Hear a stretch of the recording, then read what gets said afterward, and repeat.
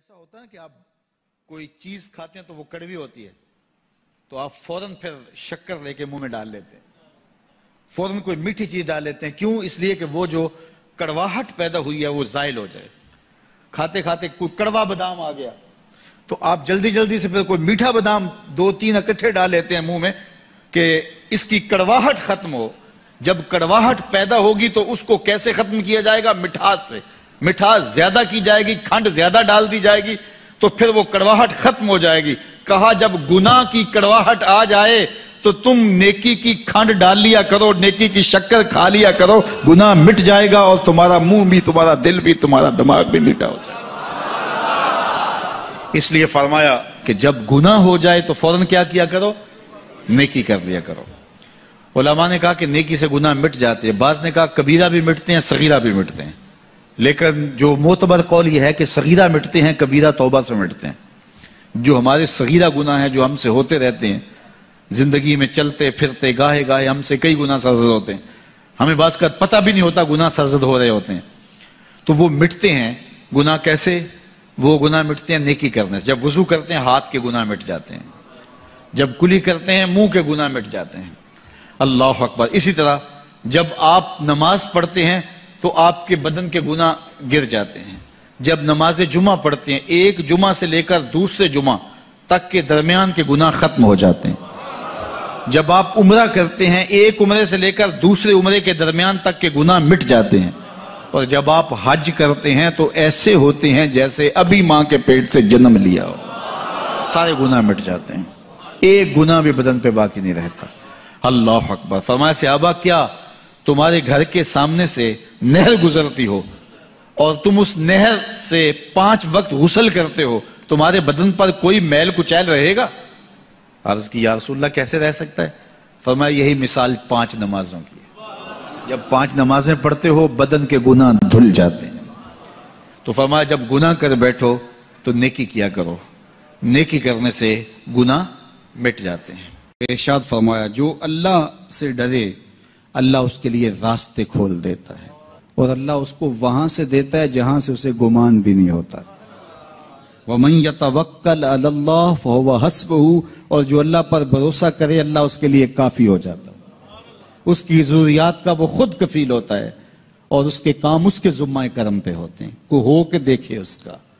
تو جو اللہ سے ڈرے اللہ اس کے لیے راستے بناتا ہے. حضرت عوف بن مالک رضی اللہ تعالی عنہ الاشجعی حضور کی خدمت میں حاضر ہوئے اور عرض گزار ہوئے کہ میرا بیٹا سالم مشرکین کی قید میں ہے اور میں فاقوں کی حالت میں ہوں. تو فرمایا آل محمد کے پاس ایک سیر جو ہیں بس، اس کے علاوہ ہمارے پاس بھی کھانے کے لیے دنیاوی اسباب نہیں ہیں. کہا صبر کرو اور اللہ سے ڈرو اور لا حول ولا قوت الا باللہ کثرت کے ساتھ پڑھو.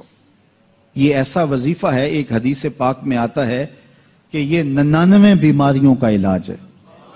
اس میں سب سے کم درجے کی بیماری ہم اور غم ہے. یہ دکھوں کا مداوع ہے، مشکلات کا علاج ہے اور یہ وظیفہ میرے حضور نے بتایا. حضرت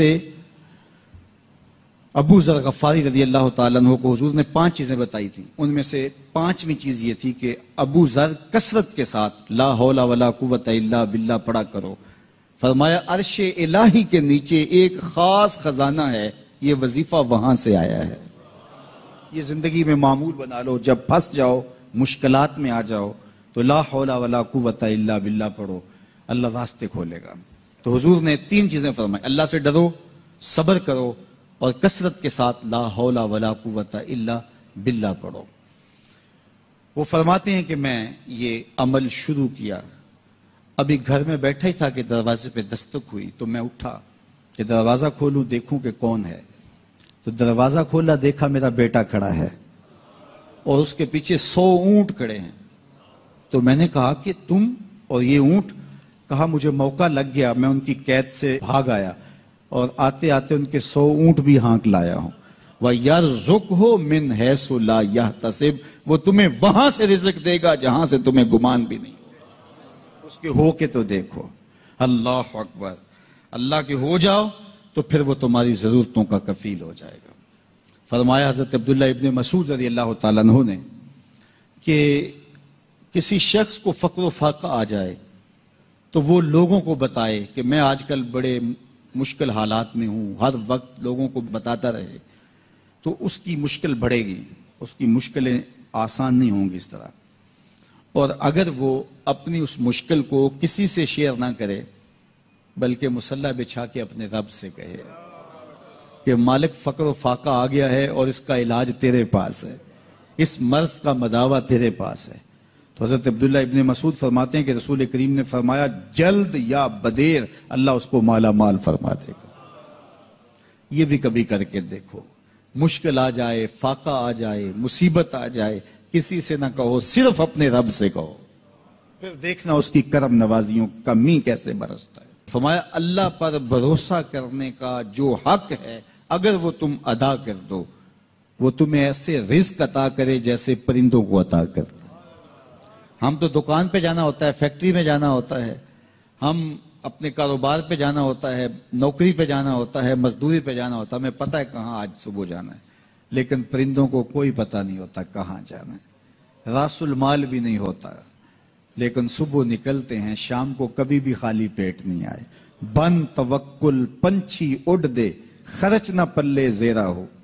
گھر سے خالی پیٹ نکلتے ہیں، جب واپس آتے ہیں تو پیٹ بھرے ہوئے ہوتے ہیں، اور پھر جو ان کی ضرورت ہوتی ہے اللہ وہ ساری ضرورتیں پوری کرتا ہے، جو ضرورت ان کی ہوتی ہے. یہ شیر کتنا گوشت کھاتا ہے اللہ روز اسے دیتا ہے.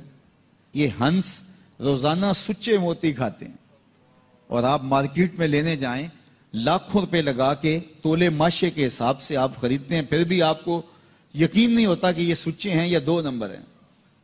اور ہنس دنیا پہ کروڑوں جانور پائے جاتے ہیں، روز کھاتے ہیں، صبح بھی شام بھی دوپہر بھی پیٹ بھر کے کھاتے ہیں، اللہ روز انہیں عطا کرتا. کہا اس پہ بھروسہ تو کر کے دیکھو، وہ تمہاری ضرورتوں کا کفیل ہوگا.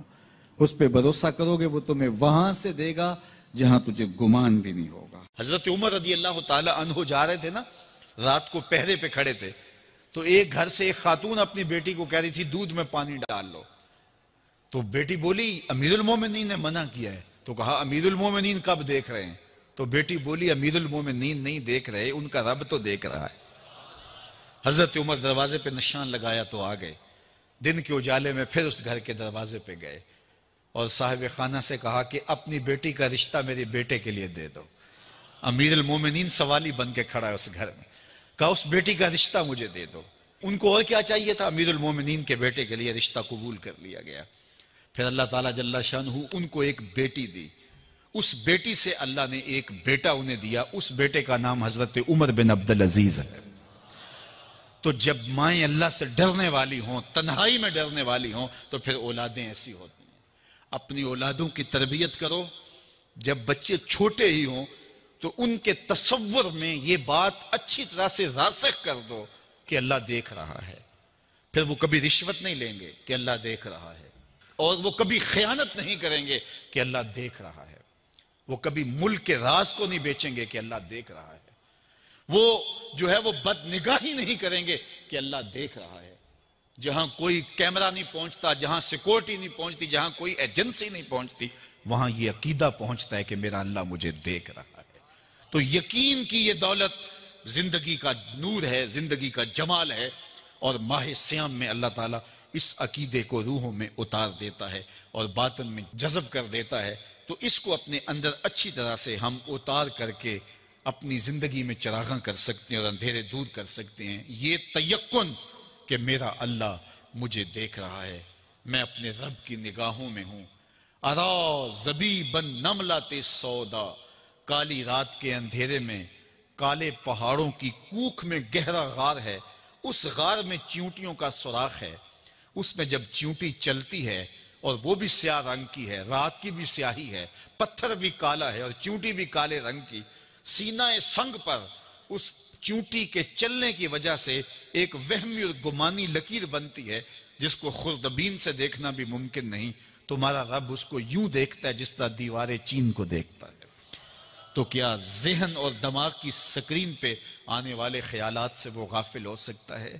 کیا وسوسوں سے وہ غافل ہو سکتا ہے؟ تو آئیے اس یقین اور اس تیقن میں جینے کا گر سیکھیے.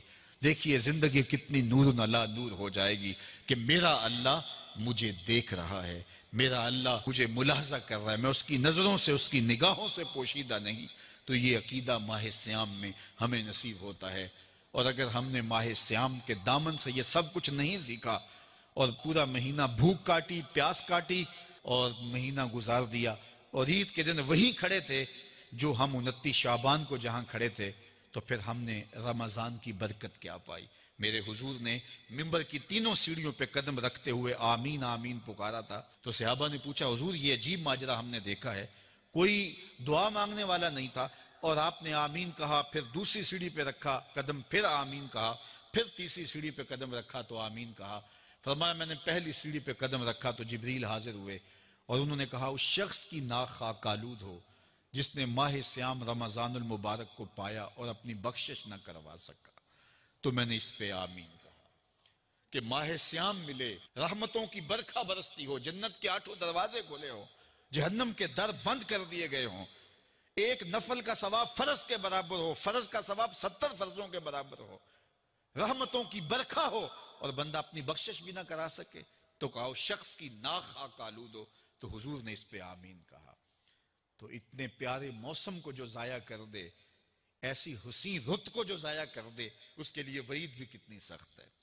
کہا دوسری سیڑھی پہ قدم رکھا تو جبریل آئے اور کہا اس شخص کی ناک خاک آلود ہو جو والدین کو بڑھاپے میں پائے اور خدمت کر کے جنتی نہ ہو سکے. ممبر کی تیسری سیڑھی پہ قدم رکھا تو جبریل آئے، انہوں نے کہا اس شخص کی ناک خاک آلود ہو جس کے سامنے آپ کا ذکر کیا جائے اور وہ آپ پہ درود نہ پڑے. اللہ اکبر. رسول رحمت کا نام آئے تو درود و سلام پیش کرو، ان کا ذکر آئے تو تمہاری روحیں بھی درود پڑھیں، تمہاری زبانیں بھی درود پڑھیں. اللہم صلی علی سیدنا و مولانا محمد معدن الجود والکرم. ان کا ذکر روحوں کی غذا ہے، ان کا ذکر دل کا قرار ہے. تو ان کے تذکرے کی خوشبو سے اپنے ماحول کو معطر رکھو.